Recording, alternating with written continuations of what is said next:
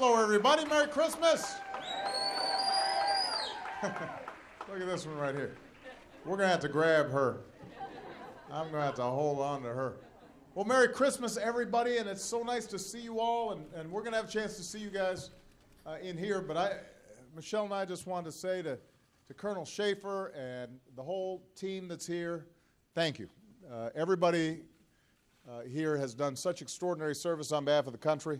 This is a great chance for us every Christmas. We have the opportunity to come by and say thank you not only to you, but also to family members who are here, because you guys serve right alongside those in uniform.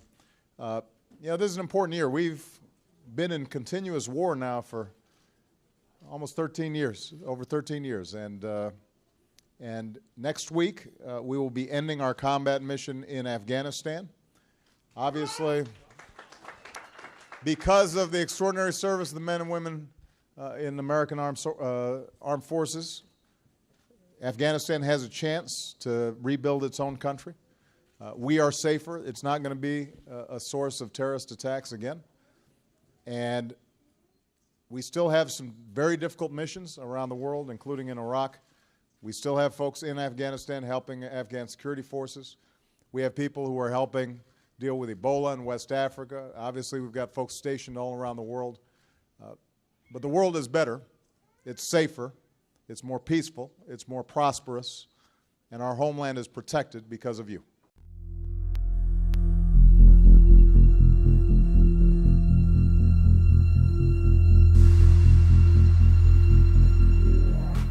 Before we get started, check out our sponsor, OutdoorLegacyGear.com. That's OutdoorLegacyGear.com. Check out all their emergency supplies, bags and packs, shooting accessories, and survival gear at OutdoorLegacyGear.com. Click the link below right now. Support them and support AMTV. The President of the United States proudly announced over the weekend that he single-handedly ended the war in Afghanistan.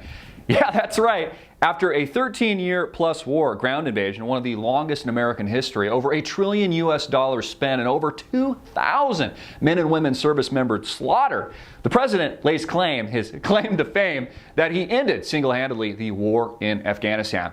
Isn't that interesting? You know, I'm not that good at math, but, when the president took office and when he sold the American people on hope would change in 2008, he said he would end all wars. There was a couple wars going on at the time in response, allegedly, to the September 11, 2001 terror attacks, where Saudi Arabian-linked terrorists with no connections to Iraq or Afghanistan, allegedly, according to the official government bullshit narrative, rammed planes into the World Trade Center and rocked New York City. And as a result, they launched ground invasions, not in Saudi Arabia, our ally, but in Iraq and Afghanistan for no reason. But when Obama took office, he not only promised to end all wars, but he actually stepped into 2 wars, the muck of the George W. Bush era, a war in Afghanistan and also a war in Iraq. And again, I'm not that good at math, but the president says he just ended the war in Afghanistan. But the war in Iraq is still continuing. And in addition to that, he actually started a brand new war in Syria. So again, I'm not too good at math, but 2 and 2 actually seems like the same amount of wars still taking place, while the president lays his claim to fame, saying he ended the war in Afghanistan, and actually suggesting it's safer now in Afghanistan, even though we know that's bullshit, that the Taliban is still largely in control. You see, all of this is spilling over, and this is just a smoke and mirrors campaign. Pay attention to the right hand while I'm doing this with the left. And it's exactly why CNN is illustrating this. At a time when a third Malaysian-linked airplane goes missing with hundreds plus people on board. Yeah, that's right, QZ8501, they say, according to Indonesian officials. And the lamestream bullshit boob tube mainstream media says it's likely at the bottom of the ocean.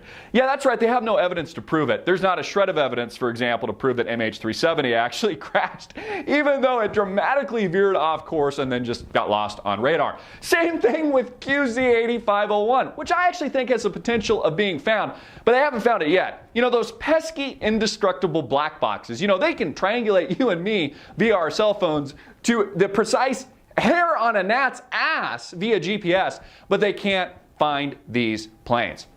You see, folks, we are engaged in economic warfare right now. These wars will continue. There's a reason the president is bombing the shit out of Syria and has continued the war in Iraq. It's also why there's been escalated tensions in the Ukraine, because we, folks, here in the United States of America, are at war against Vladimir Putin and the Russian government. And for every action, there's an equal and opposite reaction. And as I've suggested in many videos, President Putin will respond accordingly to these U.S. sanctions. A collapsing ruble, a artificial manipulation and bleeding in oil prices and Brent crude. All of this, of course, being artificially manipulated and propagated by the United States, Western interests, countries like Saudi Arabia, to bleed America's enemies, to bleed not just Russia, but also the nuclear program of Iran. Isn't it interesting how this is all strategic? Isn't it interesting that the U.S. helped to overthrow in a coup, a violent revolution with the armed rebels on the ground, a previously free and democratically elected leader in Ukraine, Viktor Yanukovych? You know, I thought America believed in democracy. You know, isn't it funny that in 2016 we'll have Hillary Rodham Clinton, a part of the Clintonista crime family, running against another crime family, the Bushes? I mean, how many Clintons and Bushes can we have in this country running against each other over and over and over again? It's kind of like a very bad and scary wet dream.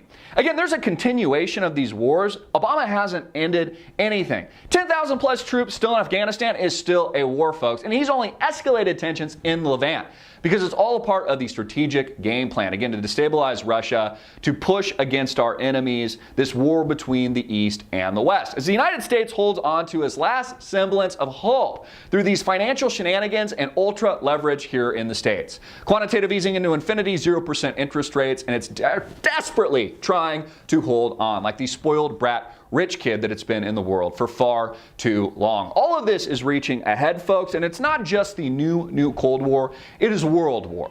The President of the United States and Vladimir Putin head to head. And it's all happening and occurring in your lifetime. I'm Christopher Green. Get this video out everywhere, make it viral, hard-hitting it in your face, and click the link below to support our sponsor.